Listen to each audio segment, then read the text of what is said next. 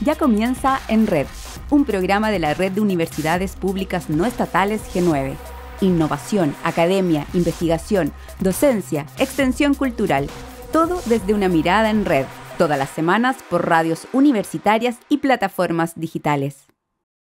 ¿Cómo están? Bienvenidas y bienvenidos. Nos encontramos en una nueva temporada de nuestro programa En Red, un espacio de las universidades públicas no estatales G9 que analizamos contingencia en materia de educación superior con invitados que son, por supuesto, protagonistas y que para este nuevo ciclo no solo nos escucharemos a través de las diversas señales radiales de las universidades G9.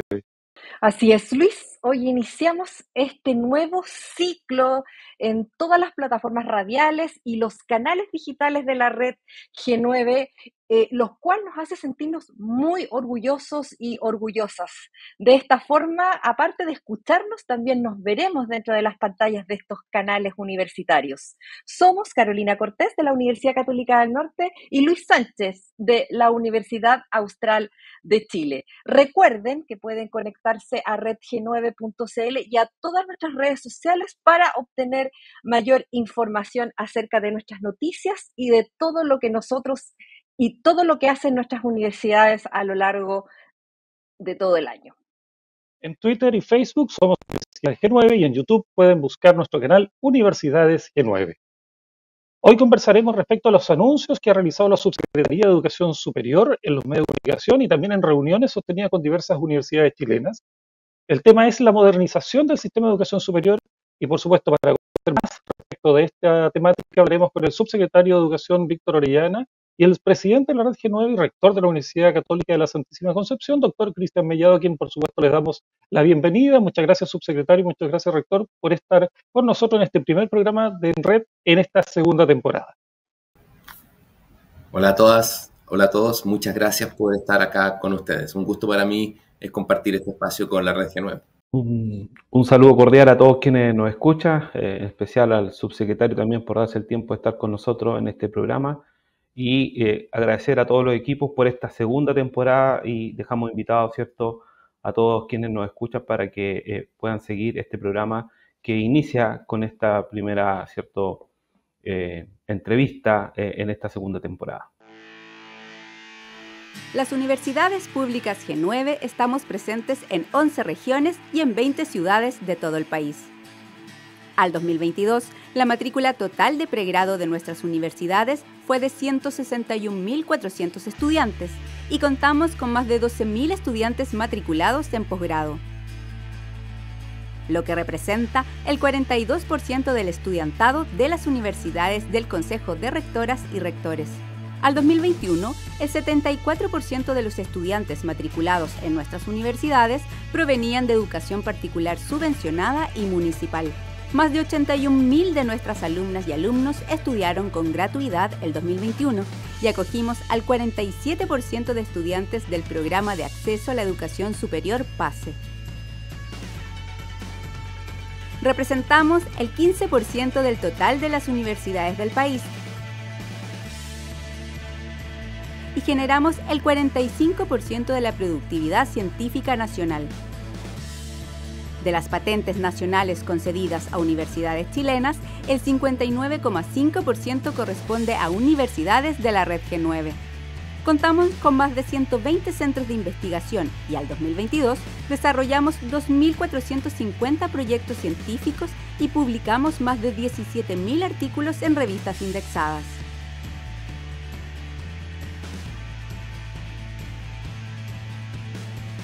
Tres de las 5 universidades con 7 años de acreditación son G9. Nuestras universidades promedian 6 años de acreditación, según la Comisión Nacional de Acreditación CNA. Y el 100% tienen acreditadas las áreas de investigación y vinculación con el medio. Somos universidades de servicio público, de excelencia, de innovación. Somos Universidades G9.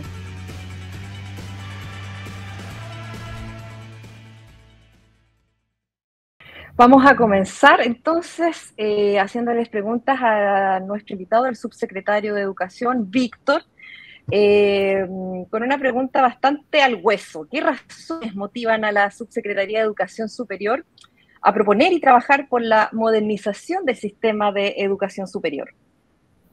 Bueno, la razón fundamental es que nuestra educación superior experimentó un crecimiento muy acelerado en las últimas décadas. No obstante, este crecimiento, si bien ha tenido en la regulación establecida el año 2018 con la Ley de Educación Superior un contorno institucional, todavía arrastra muchos elementos de una época en que la educación superior no era masiva y se consideraba fundamentalmente una actividad docente. Hoy día la educación superior tiene que ponerse al servicio del desarrollo del país, tiene que actualizarse. De alguna manera la educación superior, digamos, arrastra un diseño de una estructura de títulos y grados, formas de curriculares, procesos, digamos, formativos, lógica investigativa y de vinculación con el medio que requieren actualizarse a la sociedad del siglo XXI y sobre todo a la sociedad que nos interesa construir en el futuro. Chile es un país que está hablando de hidrógeno verde, de descarbonización, está hablando de cambiar su matriz energética y de complejizar su matriz productiva. Chile todavía vive fundamentalmente de la exportación de materias primas, así no vamos a ser un país desarrollado y para eso se requiere conocimiento. Además, la educación superior cumple un papel como formador, abre oportunidades de movilidad social y las generaciones actuales no son las mismas que hace 20, 30 años. Un joven hoy día o una joven de 18 años tiene una forma de vida, una forma de relacionarse con el estudio, con los afectos, con las oportunidades laborales completamente diferente y tenemos que construir una educación superior al servicio de ese país. Así que eso nos parece que completa el ciclo de cambios y de ajustes legales que se hicieron en el año 2018 y por eso le llamamos modernización, porque son cambios que están en el interés general. En general son transformaciones que todo el sistema y los actores, las actorías de la educación superior saben que hay que realizar y que se requiere mucho diálogo, mucho consenso para llevarlas adelante. Esa es la razón por la cual queremos empujar, impulsar este proceso de modernización y la verdad venimos trabajando ya en varias sesiones con los rectores, con el sistema en general y nos parece que ya tenemos unos acuerdos fundamentales para avanzar en esa línea con diálogo y con lógicas también bastante transversales.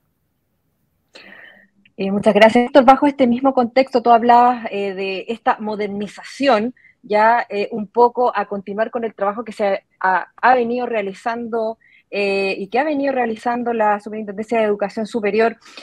¿Cuáles son los principales elementos, esos elementos que caracterizan esta modernización y bajo esa misma lógica, cómo las universidades pueden hacer estas bajadas a los equipos directivos que en el fondo ejecutarán este proceso?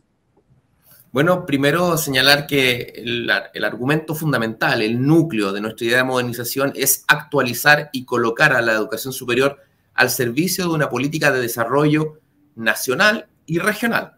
El programa de desarrollo productivo sostenible, la estrategia de ciencia, tecnología, innovación, conocimiento, son instrumentos, son políticas públicas que van colocando esfuerzos para desarrollarnos como país y las estrategias regionales de desarrollo hacen esto mismo a nivel local.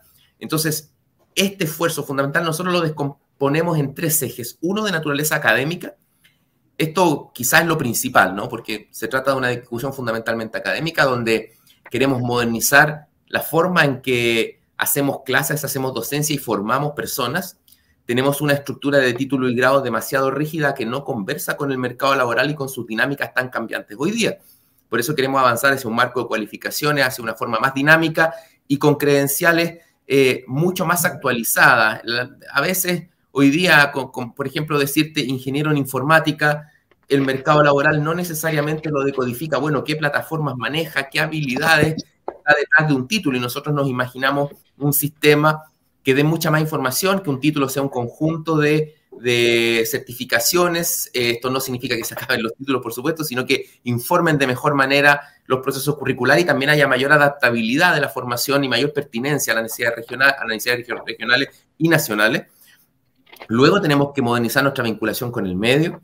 Tenemos que ir más allá de conceptos como bidireccionalidad, que en general iluminan, digamos, lo que hacemos con vinculación con el medio, viendo concretamente cómo aportamos la estrategia regional de desarrollo, cómo aportamos a las necesidades territoriales, ¿no? Y tenemos también que modernizar nuestra capacidad de investigación científica. Tenemos un modelo basado en concursabilidad de fondos que creemos que ha sido muy importante para complejizar las instituciones y para dar un paso adelante en términos de producción científica, pero requerimos crear capacidades de investigación, porque a veces la capacidad de postulación a fondos no está igualmente distribuida en todo el país y necesitamos tener capacidad de investigación científica en todas las regiones. Y eso es muy importante, tener instrumentos adecuados, y ahí estamos trabajando con el Ministerio de Ciencia. En segundo término, tenemos que modernizar el financiamiento. Disculpa si me alargo. Son 30 segundos.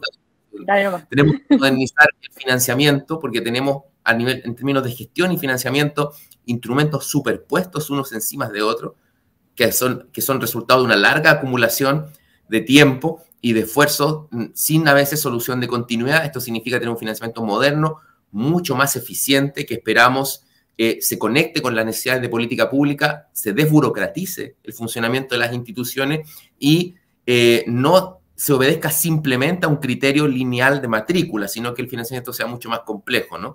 Y finalmente hablamos de modernizar la educación para fortalecer el derecho a la educación, es decir, fortalecer la interculturalidad, la equidad de género, cuestión que es muy importante, fortalecer nuestra educación pública, que es muy relevante, y avanzar en una educación mucho más inclusiva, es decir, proteger las trayectorias de todas y todos desde el punto de vista educativo, ¿no? Que no hayan diferencias respecto de la situación o de ciertas determinadas condiciones que tienen las personas, ¿no? Entonces, garantizar el derecho a la educación. Estos son nuestros 3 ejes y, por supuesto, esto va a tener cambios normativos, pero adelanto a las universidades que estamos pensando en transiciones de mediano y largo plazo, es decir, que sea un cambio armónico, no disruptivo, no de un día para otro, y que tengamos mucho diálogo tanto a nivel local como nacional para llevarlo adelante. Muchas gracias, Víctor. Y bueno, y haciendo un comentario acerca de lo que está respondiendo, es que todo este cambio, esta modernización de las universidades viene de la mano también con los proyectos educativos que tenga cada universidad, para que un poco conecten y pueda ser al final exitoso. Luis, para continuar con el rector Mellado de esta interesante entrevista sobre la modernización del financiamiento de la educación superior. Así es, como tú señalas, esta es una temática que trasciende obviamente las instituciones de educación superior, y ahí le queríamos consultar al rector Cristian Mellado, presidente de la red G9, ¿cómo toma la Universidad de G9 este desafío de modernizar el sistema de educación superior? Sí, muchas gracias. Bueno, nosotros desde el primer momento en que el subsecretario ha planteado esto en el pleno del CRUCH, hemos apoyado, ¿cierto?, esta agenda de trabajo. Nos parece que es el camino correcto, en el cual hoy día el subsecretario lo ha dicho, ¿no es cierto?, el contexto social, el cambio generacional, tenemos una serie de factores externos que hacen que hoy día el sistema de educación superior chileno se haga la reflexión y diga, bueno, ¿cómo nos enfrentamos a los desafíos que hoy día la sociedad chilena, el país y a nivel internacional, ¿cierto?, tenemos para poder seguir generando profesionales que hoy día requiere nuestro desarrollo? Y en ese sentido, ¿cierto?, nosotros como universidades de la red, que estamos, 8 de las universidades, estamos en los territorios, por lo tanto, la regionalización, ¿cierto?, la descentralización, nosotros podemos aportar considerablemente. Estamos trabajando con los gobiernos regionales en las problemáticas de las propias regiones, y por lo tanto ahí la agenda propia que puedan tener las regiones también nosotros podemos contribuir, y que sin duda que los procesos de enseñanza-aprendizaje tienen que irse adaptando a las nuevas generaciones, a los nuevos desarrollos tecnológicos. Hoy día, por ejemplo, un desafío estratégico de la educación superior, ¿cierto?, es la transformación digital y la inteligencia artificial. Bueno, cómo nosotros como universidad nos vamos apropiando de eso y vamos incorporando a nuestros procesos de enseñanza-aprendizaje. Ahí el subsecretario, ¿no es cierto?, ha planteado retomar la agenda del marco de cualificaciones, el sistema de crédito transferible, los temas de títulos y grados, la duración de las carreras, que nos parece que son temas que en algún momento quedaron como pendientes en la discusión, y se hace necesario retomarlo pensando en la educación superior más allá de lo que puede hacer un gobierno, sino que en una política de Estado que permita tener un sistema robusto que hoy día es reconocido a nivel de Latinoamérica como uno de los mejores y por lo tanto debemos seguir aportando en esa línea, y como universidades de la red estamos muy disponibles a esa agenda de trabajo, sin descuidar lo que mismo ha dicho el subsecretario, ¿cierto? La implementación de la ley 21.091, que ya sabemos, ¿cierto?, tiene algunas oportunidades de mejora, y que en esa línea también está en lo que plantea el subsecretario de la Modernización Académica, pero al mismo tiempo también la modernización del financiamiento de la educación superior. Doctor, usted lo mencionaba, el tema de financiamiento para la educación superior. Hay una propuesta específica de la Red G9 presentada precisamente para este tema. ¿Qué elementos son centrales de esa propuesta y obviamente esperan que sean considerados por parte de la subsecretaría? Bueno, nosotros hemos planteado 3 ejes principales, ¿cierto?, que tienen que ver con el financiamiento de la docencia, cómo se va mejorando el sistema que hoy día actualmente está en implementación, que tiene que ver con los aranceles regulados y los artículos transitorios de la ley 21.091. Un tema importante para la universidad, ¿cierto?, es que hoy día la gratuidad financia solo la duración nominal de las carreras, y sabemos, ¿cierto?, que la realidad en Chile es que los estudiantes se demoran mucho más en terminar sus carreras. Tiene que ver con el financiamiento institucional, los fondos basales, ¿no es cierto?, cómo se garantiza un financiamiento que permita financiar lo que el mismo subsecretario planteó y que establece la ley, ¿cierto?, que es la complejización de la universidad. La ley 21.091, ¿cierto?, nos exige calidad, nos exige investigación, nos exige docencia, nos exige vinculación con el medio. Por lo tanto, eso hace que la complejización de la universidad o el entender qué es lo que es una universidad requiere, ¿cierto?, de un mayor financiamiento. Y algo muy importante que tiene que ver con cómo se financia la investigación, que hoy día, ¿cierto?, tiene un sistema muy competitivo para acceder a fondos, y que en esa línea valoramos lo que el Ministerio de Ciencia, Tecnología, Conocimiento e Innovación ha planteado en esta ley de presupuesto, ¿no es cierto?, de generar un fondo que permita inyectar recursos al desarrollo que hace la universidad, que dicho de paso, en el caso de la red G9, ¿cierto?, en las universidades nosotros producimos el 50% del conocimiento que se genera a través de las universidades. Por lo tanto, ahí esperamos que se pueda avanzar. Nosotros en nuestro reconocimiento como universidades públicas no estatales hemos planteado al subsecretario, ¿no es cierto?, la recuperación de la glosa presupuestaria que teníamos, que entendiendo el contexto en que estamos viviendo como país y las restricciones presupuestarias, esperamos al menos avanzar, y eso ha sido el compromiso con el subsecretario, de ir en esa línea, de poder recuperar esa glosa, que como universidades también necesitamos tener que el sistema tenga el financiamiento adecuado, y el sistema avance en un financiamiento, pero al mismo tiempo avance en esta agenda de modernización que nos parece mucho más importante, siempre y cuando el financiamiento esté resuelto en los instrumentos que hoy día también se están planteando sobre la mesa. Estamos con el rector Cristian Mellado de la Universidad Católica de la Santísima Concepción y con el subsecretario de Educación, don Víctor Orellana, y seguimos con esta interesante entrevista, y en la línea que seguía y que conversábamos con el rector Mellado, Víctor, ¿qué implicancias en materia de modernización del sistema tiene esta política de fondo estructural anunciada por el Ministerio de Ciencia, Tecnología, Conocimiento e Innovación en el financiamiento de la educación superior en Chile?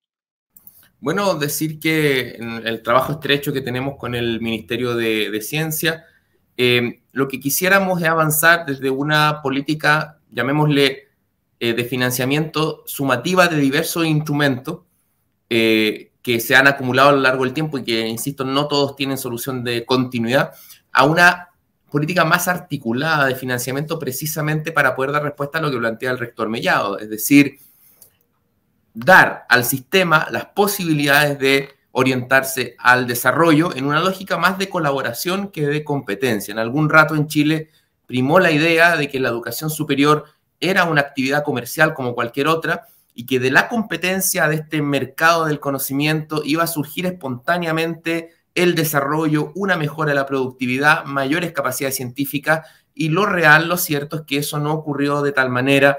El desarrollo de capacidades científicas más bien ha tenido que ver con la regulación de la calidad y el propio empuje de las instituciones, con algunas políticas de financiamiento específicas de carácter público, y por lo tanto creemos que tenemos que reorganizar todo el financiamiento. Entonces me gustaría abordar el tema de ciencia junto con otro eje, partiendo por el financiamiento a la operación básica de las instituciones. Hemos pasado de un sistema de aranceles históricos a un sistema de aranceles regulado en base a costos.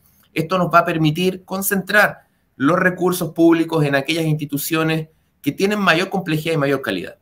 Es decir, a veces en la época pasada de la educación superior teníamos carreras que por su valor reputacional tenían un alto precio, un alto arancel histórico, no obstante una estructura de costo y de complejidad que no se llevaba, digamos, que no tenía una relación correcta, digamos, con ese precio, lo que significaba un arancel bastante elevado y luego un compromiso de deuda por parte de los y las estudiantes, ¿no? Al pasar a un sistema regulado podemos complejizar y, digamos, valorar la complejidad de la institución, y creo que esto lo hemos conversado también con el rector Mellado y con la Red G9. Esto es muy relevante específicamente para estas instituciones, dado que por su trayectoria histórica, por su origen, por su compromiso con el país, son instituciones complejas que están orientadas no solo a la docencia, sino a la investigación. Esperamos que el modelo de aranceles regulado dé la tranquilidad a las instituciones. Hemos conversado con el Consejo Rector y tenemos ahí una política muy basada en la conversación para que estos aranceles regulados efectivamente logren dar estabilidad al sistema. Pero luego también tenemos una serie de fondos institucionales que tenemos que organizar mejor, tenemos que desburocratizar. Esto es muy importante. Tenemos sobre todo en el caso de las universidades estatales, tenemos unas formas de gestión institucional y unas formas de rendición de cuentas a veces tremendamente burocráticas que ni nos resuelven la probidad ni nos dejan empujar objetivos de política pública. Y para eso estamos en un proceso de reorganización de ese financiamiento, pero también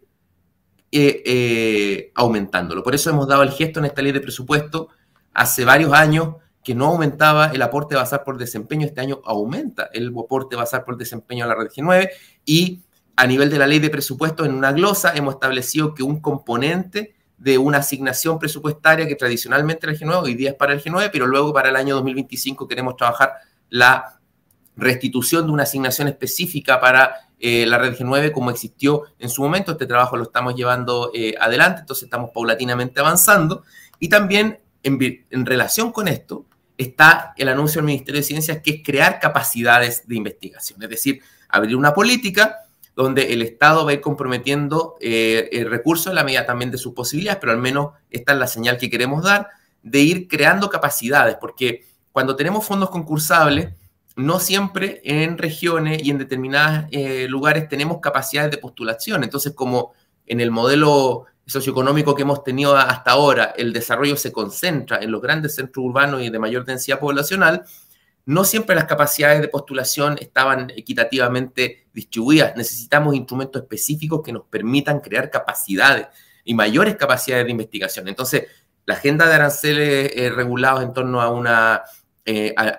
a un criterio de costo, la reorganización de los fondos institucionales y los fondos estructurales en ciencia van a dar lugar, esperamos, a una nueva arquitectura de financiamiento más colaborativa, más orientada a aportes institucionales que a un financiamiento competitivo por matrícula, y que permita un vector de complejización más armónica de las instituciones. Esperamos que esto le dé tranquilidad a las instituciones y podamos salir, por ejemplo, del crédito con aval del Estado, que es un instrumento que no funcionó como se esperaba y que hoy día, producto de la necesidad de generar garantías de las instituciones a los estudiantes que no finalizan su estudio, se transforma también, como bien sabe el rector Mellado, en una presión financiera para las propias instituciones, ¿no?, que les dificulta su estado financiero. Así que nosotros esperamos también salir de esa política con un instrumento que le reemplace y que construya una articulación mucho más, digamos, clara con los instrumentos como gratuidad y otros que vamos a ir reorganizando. Así que ese es un poco el espíritu y esperamos que esto dé tranquilidad. Podemos hacer un mejor uso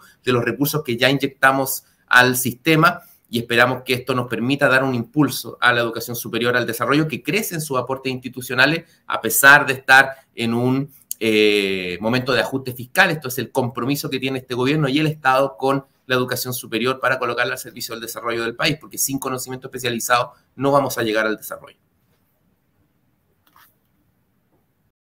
Rector, y desde la red G9, precisamente cómo evalúan este fondo. ¿Tienen otras propuestas en torno a esta modernización que se está implementando o quiere implementarse? Sí, bueno, primero valorar, como lo había dicho antes, la propuesta que ha hecho la ministra, ¿no es cierto?, de establecer un fondo que permita financiar la investigación.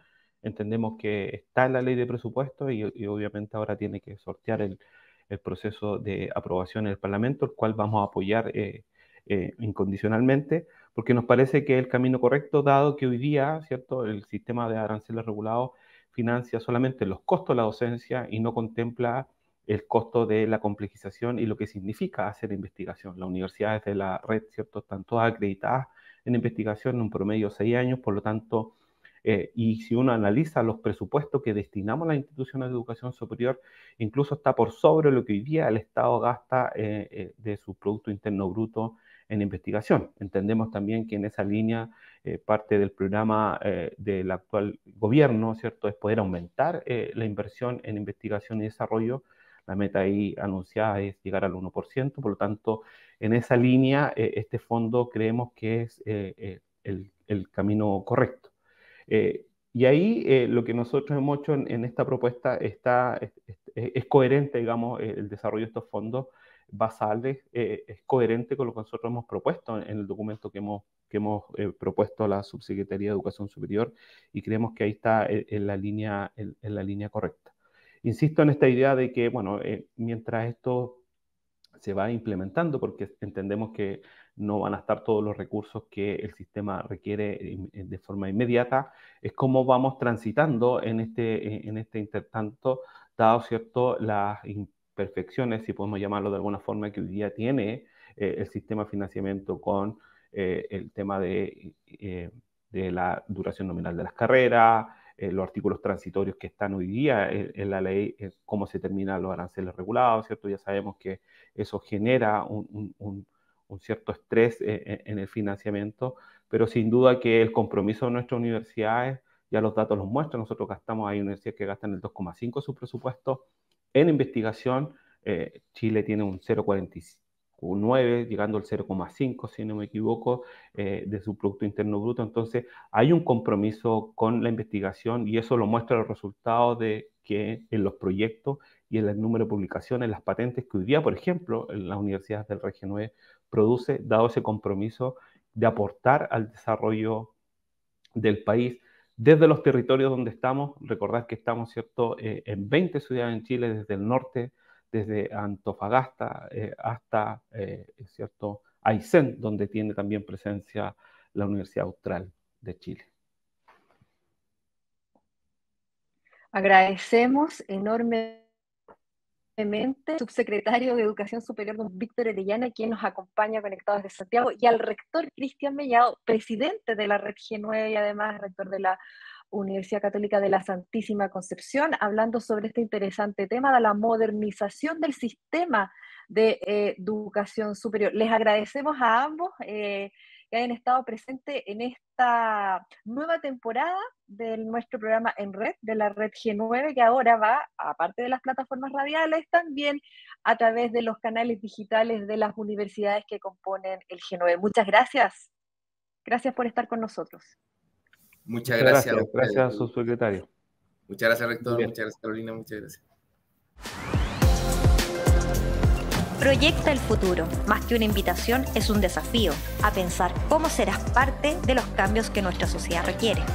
En la UCM te damos las herramientas y desarrollamos tu espíritu de servicio, con accesos y ayudas inclusivas, porque creemos que no existen impedimentos sociales, físicos o económicos para ser profesional. Proyecta el futuro desde tu vocación en la Universidad Católica del Maule. Somos tu universidad. En 1954, en el sur del país, se dio inicio a un sueño ciudadano y descentralizador. Crear en Valdivia una universidad donde la ciencia, el arte, la cultura, el conocimiento, la innovación, la vinculación y la formación de profesionales fueran el centro de su quehacer. Han pasado 7 décadas y la Universidad Austral de Chile se sigue proyectando como una institución de excelencia al servicio del país. En Valdivia, Osorno, Puerto Montt y Coyhaique, vive la UACH, tu lugar. UCN sabemos que el talento y el esfuerzo son la base para que tus propósitos se hagan realidad. Por eso, te invitamos a abrir tu mundo. Libertad de ser. Expande tu potencial desde nuestras carreras de pre y posgrado para que te realices como profesional y ser humano. Libertad para transformar. Los valores de la UCN serán la plataforma para que cambies los mapas. Sé parte de una universidad acreditada con nivel de excelencia. Universidad Católica del Norte. Abre tu mundo. Continuamos con nuestro programa en red con otro interesante tema de interés, y es que el proyecto INES Género de la Universidad de Concepción impulsó el primer encuentro de la red de investigadores UDEC de la Universidad de Concepción, que se desarrolló hace algunos días con gran éxito de convocatoria.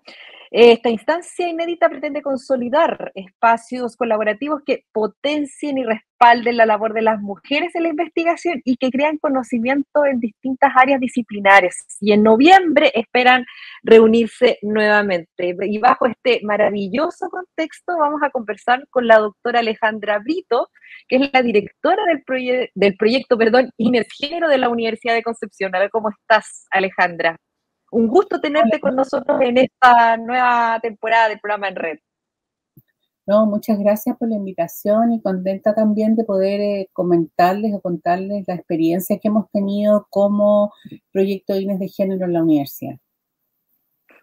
Vamos a comenzar entonces con esta interesante entrevista. En el ámbito universitario existe una amplia diversidad de redes de trabajo, nosotros lo sabemos también. ¿Cuál fue el análisis del contexto que las lleva a ustedes como red a convocar a esta instancia de trabajo y qué reflexiones surgen a partir de este primer encuentro? Mira, el proyecto INES de Género y en general los proyectos INES de Género son una política de Estado financiado por ANID y que tiene que ver con la política que el Ministerio de Ciencia ha intentado, ¿no? Ir instalando en todas las universidades de que se avance efectivamente hacia la disminución de brechas de género en la investigación, el desarrollo, ¿cierto? La innovación y el emprendimiento. Y en ese marco es que nosotros como Universidad de Concepción lo que hemos hecho es, en la ejecución del proyecto, realizar un diagnóstico que marcó gran parte de lo que hemos podido desarrollar hacia el futuro. ¿En qué sentido? En que este diagnóstico nos mostró en una fase cualitativa y participativa, por lo tanto, que las mujeres que realizan labores de investigación al interior de la universidad demandaban un espacio que, por una parte, les permitiese reunirse y conocer lo que efectivamente hacen unas y otras, y por otro lado también generar un espacio de reflexión conjunta que permita, a partir del conocimiento y la experiencia que unas u otras han tenido, de las dificultades, de los caminos pedregosos, en el fondo pegajosos, que han tenido que ir desarrollando o caminando, puedan ir, esa experiencia acumulada pueda efectivamente servir como insumo importante para otras, para que el camino, ¿cierto?, que finalmente transiten otras investigadoras sea un camino menos dificultoso de lo que ya han desarrollado otras. Entonces, en esa lógica, en esos encuentros es que finalmente nosotros nos dimos cuenta que se requería un espacio. Y claro, los proyectos tienen una lógica de generar redes a partir, por ejemplo, de la creación de mentorías, ¿no? Pensando un poco en el traspaso de experiencia. Sin embargo, a nosotros nos pareció que simplemente crear espacios de mentorías podía ser una cuestión muy dirigida, muy desde arriba, muy vertical, y decidimos más bien en una lógica de lo que tiene que ver con el centro o el núcleo de nuestro proyecto, que es crear redes, asociatividad y redes. Lo que nosotros más bien planteamos es por qué no convocar a un encuentro de una red de todas las personas o de todas las mujeres que se dedican a la investigación como académicas o como profesionales de investigación o como estudiantes de posgrado o como postdoctorandas, que también es un grupo que cada vez está creciendo más al interior de las universidades y de las cuales no son ni académicas ni son estudiantes, ¿no? Entonces, pero hay un grupo ahí súper importante que contribuyen a la creación de conocimiento. Entonces, nosotros lo que hicimos fue convocar a todas estas mujeres a proponerles un espacio de trabajo conjunto. Y ese espacio de trabajo conjunto es un espacio que deberían, ¿no? O lo que nosotras esperamos es que efectivamente sea un espacio más horizontal, donde sean las propias investigadoras quienes diseñen, por una parte, la orgánica y por otro lado, ¿cierto?, se decidan las actividades a seguir. Entonces nosotros no quisimos generar un espacio, ¿cierto?, donde todo viene dado, una invitación a hacer tal cosa, sino que más bien es una invitación a formar efectivamente una red que sea autogestionada y que permita ir avanzando a partir de las necesidades que las mismas investigadoras vayan levantando. Alejandra, es muy interesante escucharte porque ciertamente las universidades o los institutos también de educación superior están relevando y están poniendo en la palestra este tema, sobre todo con las investigadoras. Y bajo esa misma lógica, la cual me parece muy interesante destacar, ¿cuáles son las instancias que tienen definidas para fortalecer estas trayectorias académicas y profesionales de las investigadoras?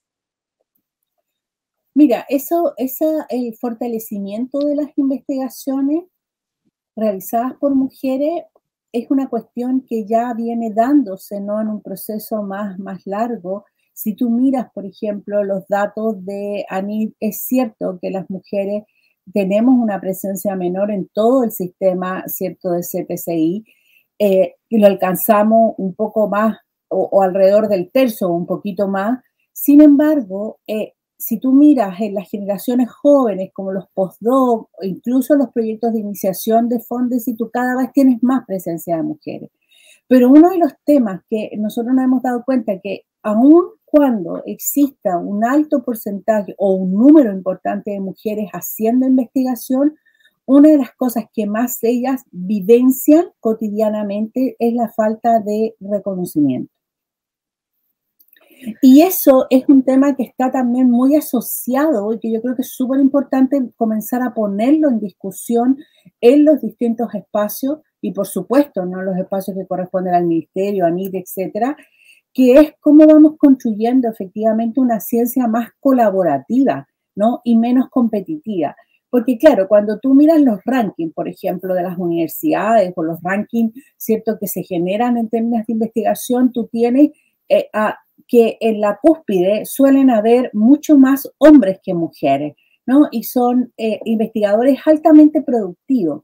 El tema está, y que es una de las cosas que a nosotros nos interesa investigar dentro del proyecto de INES, ¿qué hace que estos hombres lleguen a ser tan productivos? ¿Y qué pasa con el grupo que viene después? Y claro, en la conversación, en la experiencia que nosotros hemos tenido en los encuentros con mujeres, ¿qué pasa? Es que obviamente esas mujeres tienen otras prioridades también en su vida, además de la investigación, ¿no? Y aquí es cuando se cruzan cuestiones vinculadas, por ejemplo, al área de los cuidados, que la pandemia dejó súper claro. Si tú miras todos los indicadores, no solo nacionales, locales, sino que también internacionales, la productividad de las mujeres investigadoras bajó en periodos de pandemia y la de los hombres sube. Nosotros en la Universidad de Concepción tenemos ese dato, ¿no?, que las brechas se aumentan en los periodos de pandemia, pero no tanto porque las mujeres hayan producido mucho menos, sino porque los hombres producen mucho más. Entonces la pregunta que tú te haces es ¿qué permite que un varón pueda producir más y qué permite o qué dificultades tiene una mujer para producir más? Y ahí entran las labores de cuidado, las responsabilidades domésticas, el compromiso con la docencia, etcétera.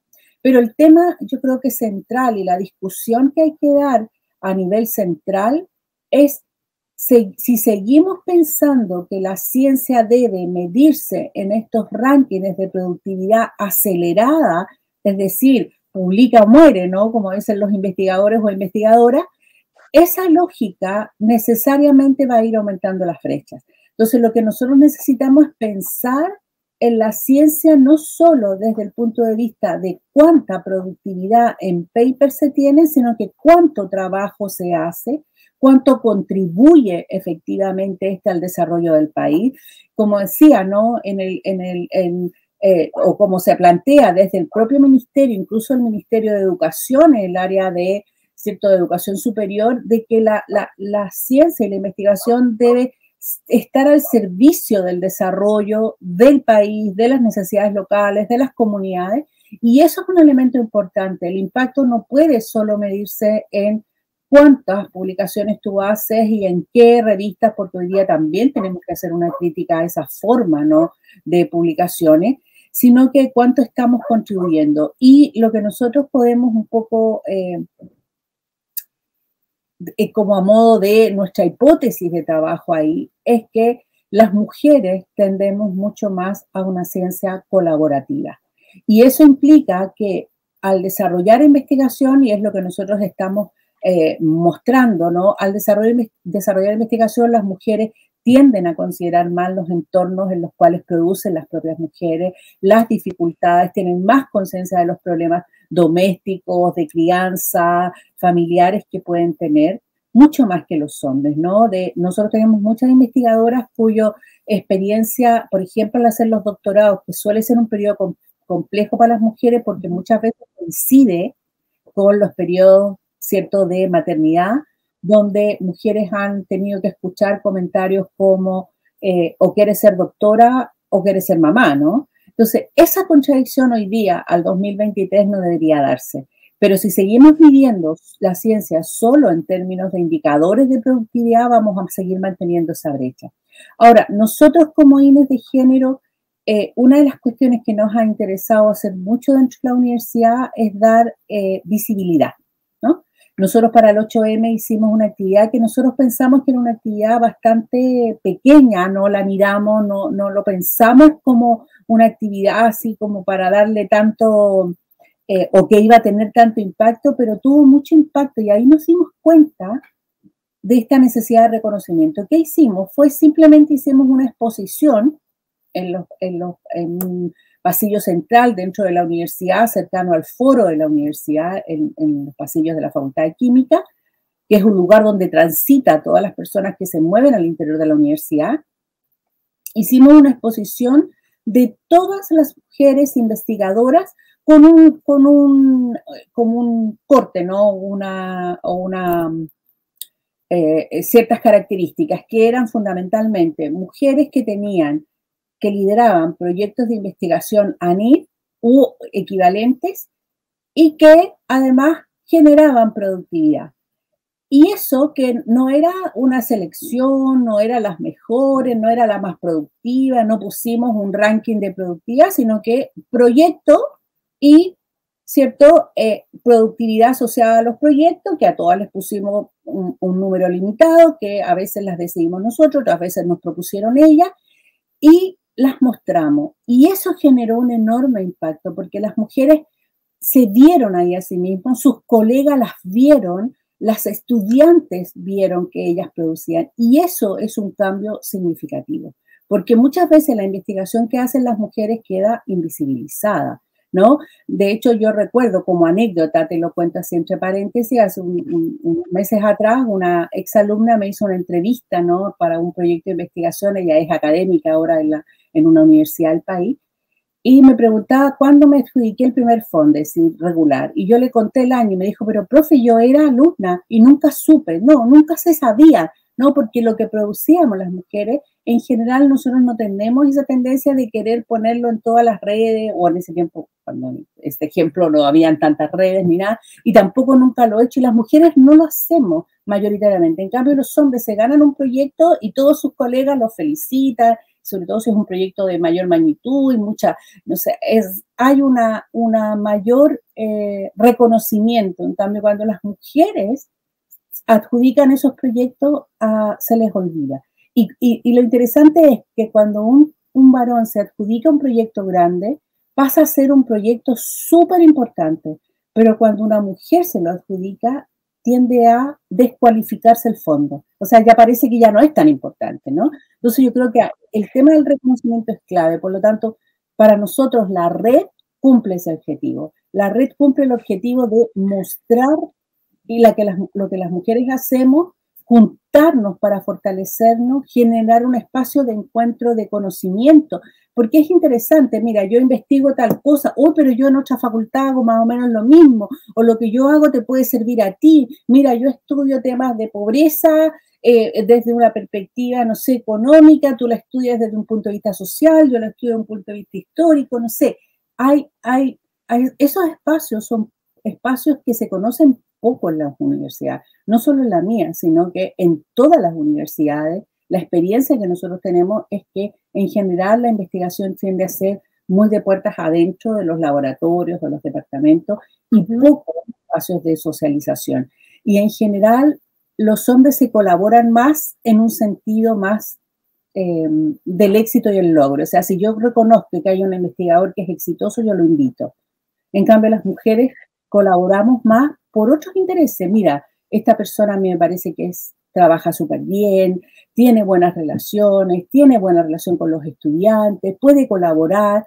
Entonces, esos elementos hacen que la ciencia producida por mujeres tenga un sentido distinto y la red lo que busca es visibilizar esos espacios.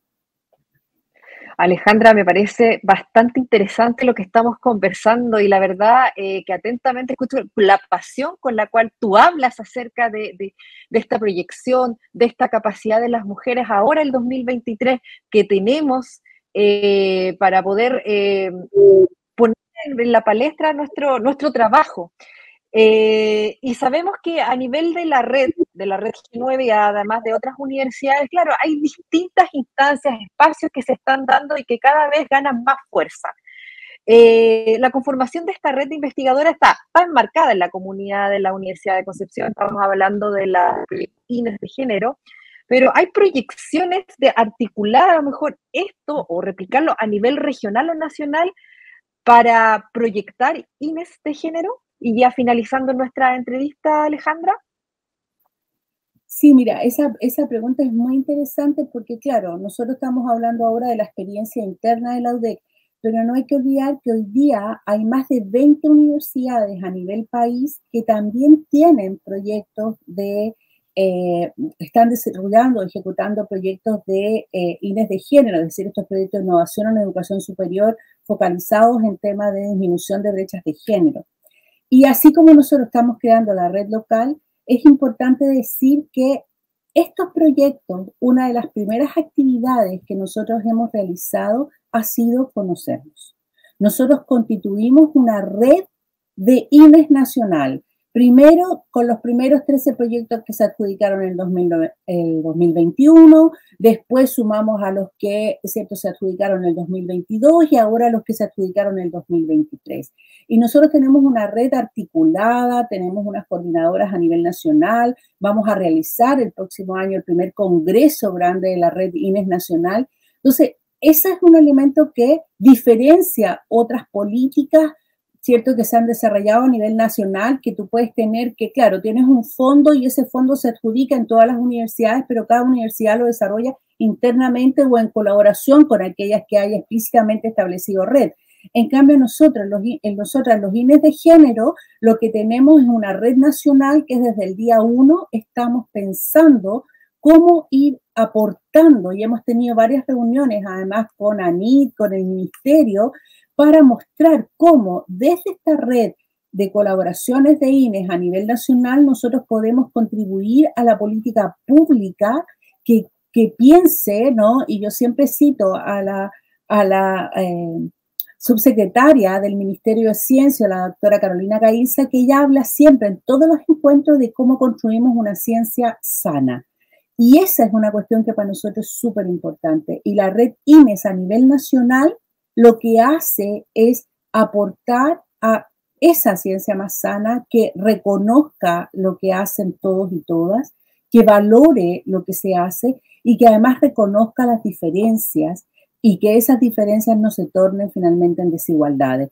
Y esa es una cuestión central, o sea, nosotros no creemos que una ciencia sana no puede ser solo una ciencia medida en altos indicadores de productividad a nivel de paper walls y con estos indicadores, ¿no?, de indexación, sino que una ciencia que contribuya efectivamente al desarrollo y que no se haga a costa de otros espacios que son vitales para el desarrollo humano, como es la familia, los entornos, el ocio, etcétera. O sea, nosotros no estamos por pensar en una ciencia, en cómo nosotros transformamos a las mujeres en súper productivas para que trabajen de lunes a domingo, ¿cierto?, produciendo más paper. Nosotros queremos una ciencia sana que contribuya, que dialogue y que permita efectivamente aportar al desarrollo del país. Y eso es lo que estamos haciendo, o lo que intentamos hacer, ¿cierto?, de manera colaborativa en la red de proyectos INES de género a nivel nacional. Estamos conversando con la doctora Alejandra Brito, directora del proyecto INES Género de la Universidad de Concepción, en el contexto del desarrollo del primer encuentro de la red de investigadores de la Universidad de Concepción. Interesante la propuesta, interesante replicarlo, y esperamos poder tenerla en un próximo programa, este programa en red, que ahora se escucha y se ve a través de los distintos canales de difusión de la red G9. Muchas gracias por estar con nosotros en este primer capítulo de esta nueva temporada. No, muchas gracias a ustedes y por supuesto siempre dispuesta todo el equipo del INES de género, y no me cabe duda también que los equipos de los otros INES de género de las universidades que componen el G9. Muchas gracias. Gracias a ustedes, que estén muy bien.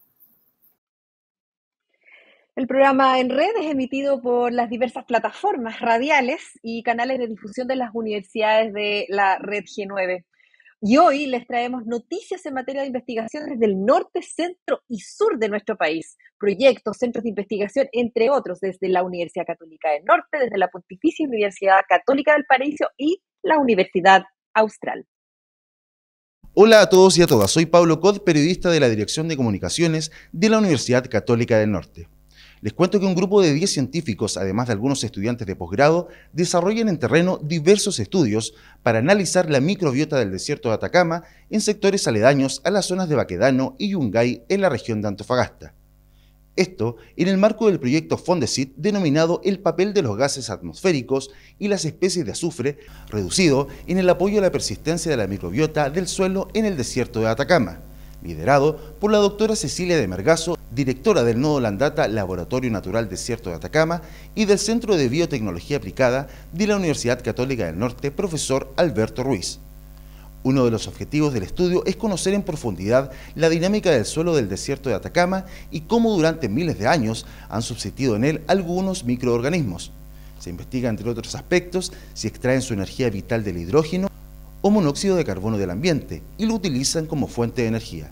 Se trata de un estudio interdisciplinario que involucra especialidades como microbiología, astrobiología, geología, química, suelos y clima, entre otras disciplinas que integran estos conocimientos en un mismo ambiente de estudio y que trabajan integradas para obtener los resultados esperados. En la iniciativa participan científicos y especialistas de la NASA y del Instituto SETI, además de la Universidad de Arizona, de la Universidad de Monash, Australia, y del Centro de Biotecnología de la UCN. Esta investigación obedece a un trabajo multidisciplinario que lleva ya 10 años de investigación en el área de la microbiota del desierto de Atacama, la cual es la única del planeta y es una de las singularidades que hace que este desierto sea catalogado internacionalmente como un laboratorio natural. El estudio de suelo se desarrolla desde 2010 en el Centro de Biotecnología de la UCN y la NASA y el Instituto SETI, desde la construcción y operación del primer robot que fue construido para tomar muestras y luego el segundo que ya hacía perforaciones en el suelo. Y ahora se van a analizar más en profundidad las muestras de la microbiota y su posible relación con el ambiente del desierto de Atacama y su permanencia en él. El Laboratorio de Fotometría y Control de Calidad de la Pontificia Universidad Católica de Valparaíso ha tenido un rol fundamental en los últimos 58 años en el desarrollo de proyectos de investigación que busca dar soluciones a problemas del entorno. Soy Jenny Viedma, periodista de la PUCB. El Laboratorio de Fotometría de la PUCB se encuentra en pleno centro de Valparaíso, está reconocido por el Instituto Nacional de Normalización por norma ISO de gestión de calidad y a la vez autorizado por la Superintendencia de Electricidad y Combustible para poder ejercer funciones de certificación. En concreto, el laboratorio de la PUCB cumple con una doble función. Por un lado, el ámbito de la docencia, en donde participan profesores y alumnos de la Escuela de Ingeniería Eléctrica, y por otra parte, la constante generación de certificaciones en rubros medioambientales y de seguridad. En el año 1998, el laboratorio comenzó con las primeras regularizaciones reglamentarias en cuanto a contaminación lumínica que se implementaron en el país, con el objetivo de cuidar los cielos nocturnos en el norte de Chile para la observación astronómica. El volumen de certificación que lleva a cabo el laboratorio de fotometría de la PUCB es elevado. El espacio funciona todos los días del año y sus principales clientes se encuentran en la región metropolitana y en la misma región de Valparaíso. Existen pocos laboratorios en nuestro país que entreguen el mismo servicio y ninguno que esté ligado a la docencia. Actualmente, el Laboratorio de Fotometría y Control de Calidad de la PUCB trabaja en 2 proyectos del Fondo de Fomento al Desarrollo Científico y Tecnológico FONDEF en conjunto con el Ministerio de Medio Ambiente y la Superintendencia del Medio Ambiente. Ambos proyectos están relacionados con la contaminación lumínica. Desde el 1 al 8 de octubre se encuentra en desarrollo en la región de Los Ríos el Festival de las Ciencias organizado por la Universidad Austral de Chile y que en esta zona del país tomó el nombre de Formas del Agua, Ciencia, Territorio y Arte. Más de 200 personas se sumaron a la convocatoria del Ministerio de Ciencias y de la UACH para celebrar el hito inaugural de una semana cargada de actividades gratuitas para toda la familia.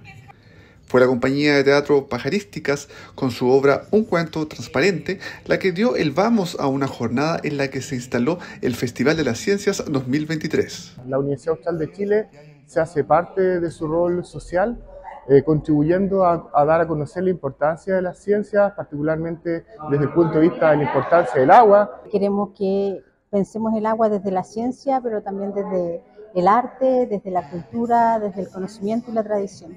Invitada especial a este evento fue la Machi Miyeray Huichalaf, reconocida defensora de los ríos de esta zona del país, para luego realizar un pasacalle e intervención lumínica en el centro de la ciudad.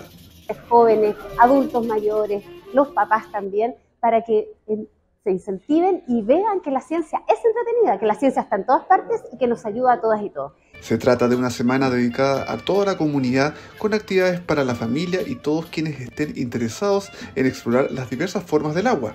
Un trabajo coordinado entre la Facultad de Ciencias de la Universidad Austral de Chile junto con las Facultades de Arquitectura y Artes, Filosofía y Humanidades, Ciencias Agrarias y Alimentarias y de Medicina de esta misma casa de estudios que busca inspirar a las personas a explorar, aprender y conectarse con un entorno de manera multidimensional. Hemos llegado al fin de este capítulo, contento de conectarnos con ustedes en esta nueva temporada de nuestro programa En Red. Somos Carolina Cortés de la Universidad Católica del Norte y Luis Sánchez de la Universidad Austral de Chile. Les invitamos a conectarse semanalmente a En Red para dialogar e informarse sobre innovación, ciencia, cultura, arte, la contingencia en educación superior del país. Nos encontramos la próxima semana. Gracias por vernos y por escucharnos. Finaliza En Red, espacio de conversación e información de educación superior nacional. Nos escuchas y ves semanalmente en radios universitarias y plataformas digitales de las universidades G9. Una invitación de la Red de Universidades Públicas No Estatales G9.